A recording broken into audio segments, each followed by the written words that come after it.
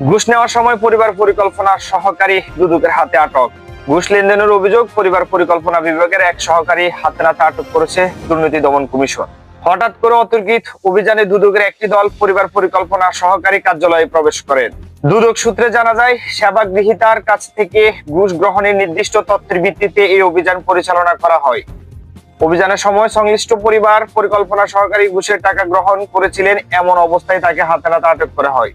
অভিযানের পর দুদকের কর্মকর্তা প্রাথমিক জিজ্ঞাসাবাদ শেষে আইনানুগ ব্যবস্থা গ্রহণের প্রক্রিয়া শুরু করেছেন। দুদক জানিয়েছেন, সরকারি দপ্তর ঘুষ ও দুর্নীতির বিরুদ্ধে তাদের অভিযান অব্যাহত থাকবে। ঘটনার বিস্তারিত জানতে আমাদের সাথেই থাকুন।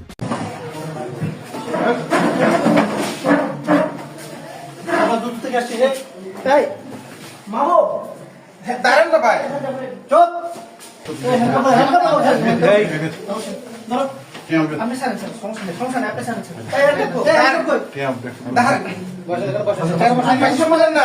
আপনি আমার কথা শুনবেন শোনেন না, আপনি আমার কথা শুনেন না। কথা শুনবো করে আপনি আমার কথা তো শুনেন। কথা শুনবো বসেন বসেন এবার বসেন বসেন বসতেছি। মাহমুদ টাকাটা স্যার মানে কোন ইয়ে কই